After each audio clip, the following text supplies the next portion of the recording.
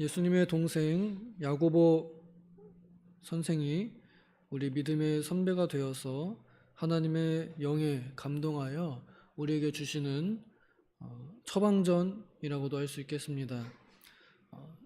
그 구약에 잠언이 이 응급약이라 한다면 신약에는 야고보서가 응급약이다 이렇게 볼 수 있을 정도로 당장 우리에게 필요한 그런 내용들을 쉽게 잘 가르쳐 주십니다. 여기서는 기도를 어떻게 해야 하느냐에 대한 교훈을 주는데요.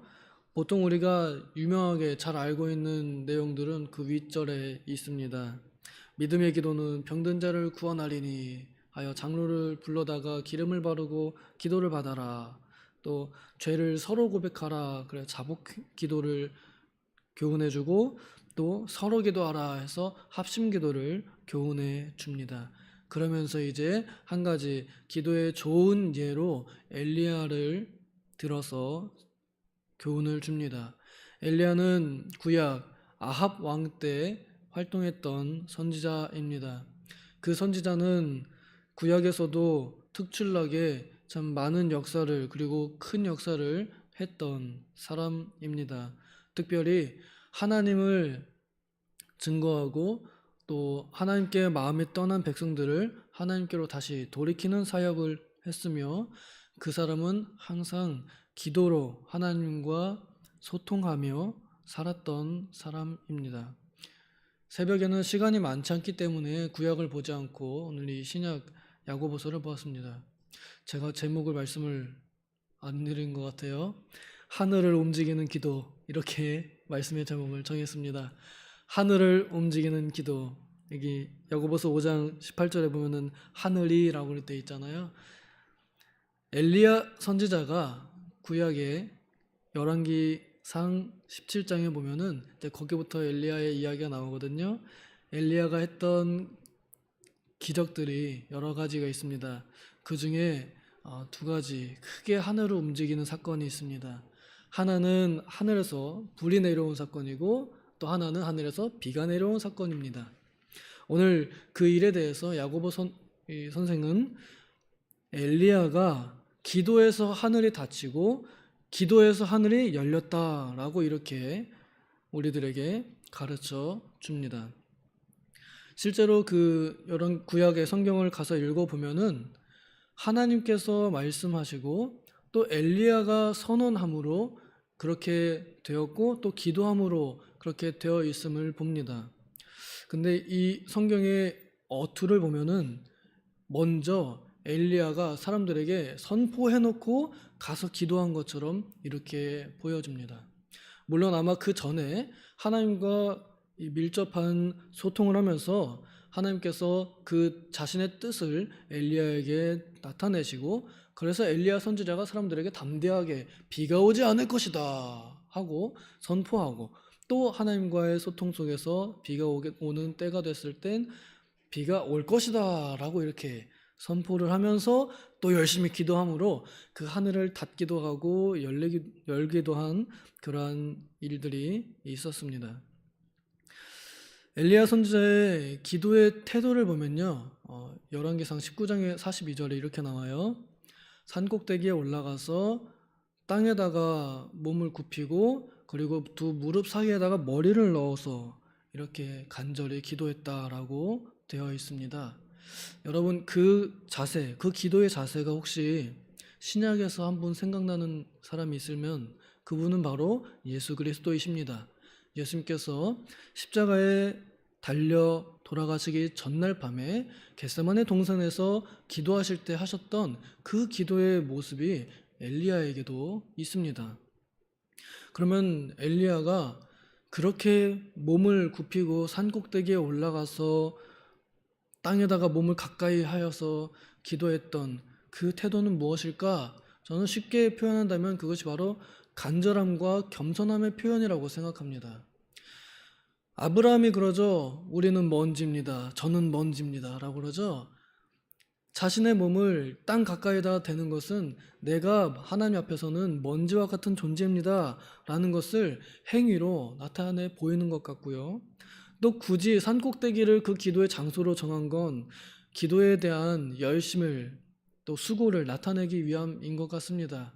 우리가 산 아래에서 기도해도 되고요. 평야에서 기도해도 되고 산 중턱에서 기도해도 되고 산 꼭대기에서 기도해도 되고 어디서 기도하든지 간에 하나님은 다 들으십니다. 그런데 굳이 꾸역꾸역 산 꼭대기에 올라가는 이유가 있을 것입니다. 저도 기도할 때 그 산에 올라가서 볼 때 산 아래로 이렇게 내려다보면서 기도하는 그 기도가 참 좋습니다. 아래가 다 보이면은 마치 정말로 내가 손을 뻗어서 이 기도하는 모든 것들이 다 이루어질 것만 같은 그러한 광경을 봅니다. 무엇보다 그 올라가는 이 걸음을 하나님께서 보실 것 같습니다. 하나님께서 기도하는 그 자체가 아닌 기도하러 가는 여정길 그 자체의 수고를 이미 기도로 받으신다 하는 것이지요. 그래서 엘리야 선지자는 산꼭대기에 올라가서 자기의 몸을 땅에 굽혀 먼지와 같은 자신을 하나님께 인정하고 또 두 무릎 사이에 머리를 집어넣어서 간절히 구부려 엎드려 기도한 것입니다. 예배하는 마음으로 또 겸손한 마음으로 그리고 무엇보다 간절한 마음으로.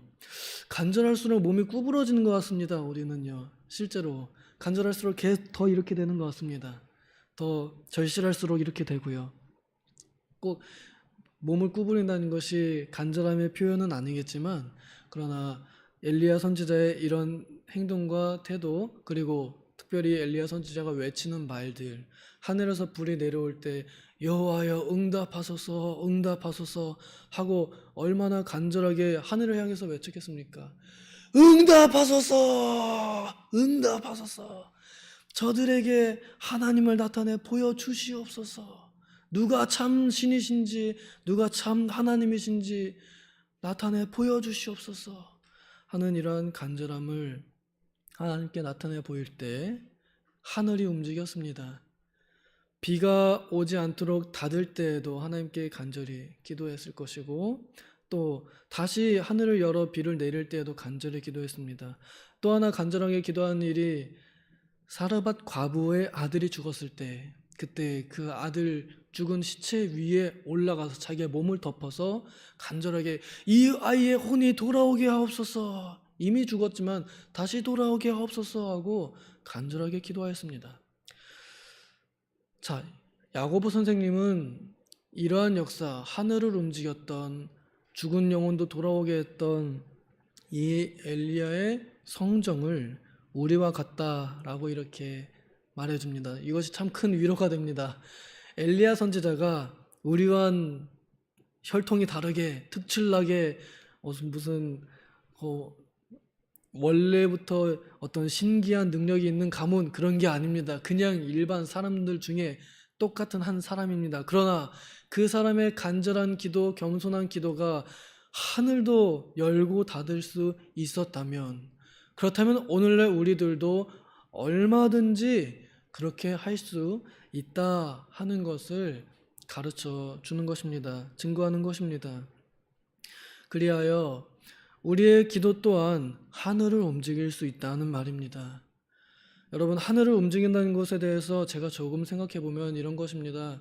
하나는 나의 상황을 바꾸는 것이고 또 하나는 내 주변의 상황을 바꾸는 것입니다. 내게 필요한 하늘, 내게 열려야 할 하늘을 기도해서 여는 것이고 또 내 주변에 필요한 하늘을 기도해서 여는 것입니다. 혹은 필요하다면 닫기도 하는 것입니다.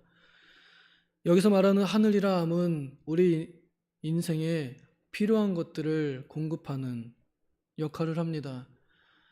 엘리야에게는 특별히 불이 내려와서 참 하나님이심을 나타내야 할 필요가 있었고 또 사람들에게는 비가 내려와서 먹고 살 양식이 있어야 할 필요가 있었습니다. 그래서 하늘이 열려야 했고 또 자신의 말의 능력을 증명하기 위해서는 하늘을 닫기도 해야 했습니다. 이 모든 일들을 엘리야 선지자는 간절한 기도로 이뤄냈다고 이렇게 우리에게 밝혀주었습니다. 여러분들 삶 속에 우리들의 삶 속에서 필요한 것들이 많이 있습니다. 하나님, 지금 나에게 이 하늘이 열려야 그래야 내가 먹고 살 수 있겠습니다. 하나님, 지금 나에게 이 하늘이 열려야 내가 영혼이 좀 숨을 좀 쉬겠습니다.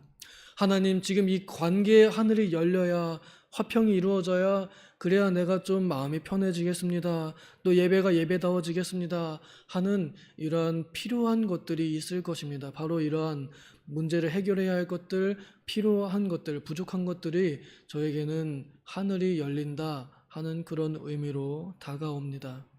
나뿐만 아니라 모두에게 똑같이 있는 이 하늘이 열려서 우리 모두가 다 같이 필요한 것들을 얻을 수 있는 그 능력이 바로 기도에 있다는 것입니다. 그래서 우리가 가끔 야외 예배 나가기 전에 기도를 많이 하잖아요. 하나님 제발 하늘을 맑게 하여 주시옵소서 하고 기도하잖아요. 어떤 날에는 정말 다른 데는 다 비가 오는데 우리가 체육대회 하러 간 그곳에만 비가 안 오고 해가 쨍쨍한 그런 날도 있습니다. 그렇게 모두의 유익과 이득을 위한 또 덕을 위한 그러한 기도가 자연 만물도 우리의 기도로 움직일 수 있고 또 우리 개인에게도 필요한 어느 날 무언가는 이렇게 기도로 얻어낼 수 있다는 것입니다. 하나님께서 우리에게 삶 속에서 기도하라 하고 주시는 미끼들이 있습니다. 우리에게 기도의 낚싯대를 던지십니다. 미끼를 던지십니다. 내가 기도하지 않으면 안 될 만한 일들이 우리에게 막 퐁당퐁당 들어옵니다. 그럼 우리는 그 미끼를 물려고 거기로 기도하러 갑니다. 하나님, 갑자기 일이 생겼습니다. 갑자기 일이 생겼습니다. 하나님, 발에 불이 떨어졌습니다. 우리는 이렇게 기도하며 정신없이 살아갈 때도 있습니다. 그런데 혹시 그렇지 않을 때도 있습니다. 뭘 기도하면 좋을까 하는 여유로움이 때로는 있습니다. 여러분, 그때에는 우리가 먼저 무엇을 기도할 것인가 생각할 때 하나님의 마음을 읽어서 그 기도를 먼저 선언하면 좋겠습니다. 내가 삶에 치여서 사는 대로 기도하는 것이 아니라 내가 기도하는 대로 살면 좋겠습니다. 내가 원하는 대로 기도하면 좋겠습니다. 그래서 내가 원하는 삶을 살아가면 좋겠습니다. 하나님 앞에서 기도로 꿈꾸시고 하나님 앞에서 기도로 함께 회의하며 하나님의 뜻을 알아내고 하나님과 함께 우리의 길을 걸어가면 좋겠습니다. 발등에 급한 불만 떨어지는 기도를 하는 것이 아니라 내가 원하면 하늘도 닫아버리고 내가 필요하면 내가 원하면 하늘도 열 수 있는 그러한 기도를 하면 좋겠습니다. 그리하여 우리의 삶이 기도를 통하여 걸어 나아가면 좋겠습니다.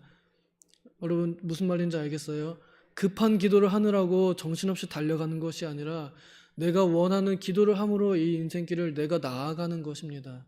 그렇게 해서 급한 대로 사는 것이 아니라 오히려 내가 하나님 앞에서 원하는 대로 꿈을 꾸며 나아가면 좋겠다 하는 것입니다. 특별히 이 새벽에 기도하러 나오신 분들은 하나님의 회의에 참석하시는 분들입니다.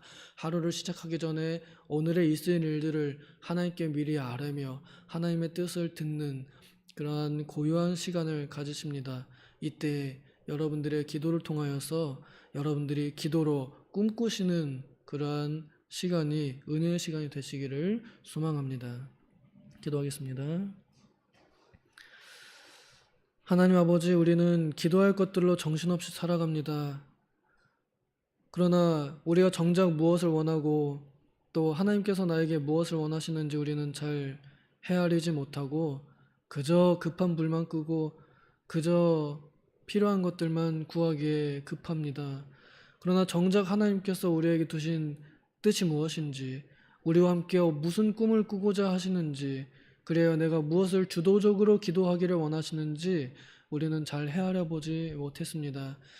주님, 엘리야가 하나님과 깊은 교제 속에서 하나님의 뜻을 찾아 먼저 자신의 입으로 세상에게 선언하고 기도함으로 그 세상을 움직이고 심지어 하늘에서 불도 내리고 비도 내리고 하늘을 닫기도 하였던 그 일화를 기억하면서 오늘날 우리들에게도 같은 성정을 가진 엘리야가 했던 이것이 결코 이상한 일도 아니고 특별한 일이 아닌 우리들도 능히 할 수 있다는 그런 믿음을 가지고 간절하게 겸손하게 하나님께 나아가서 우리의 삶을 하나님과 함께 꿈꾸며 기도로 앞서 나아가는 모든 주님의 백성들 다 되게 하여 주시옵소서. 감사드리며 예수님의 이름으로 기도하옵나이다. 아멘.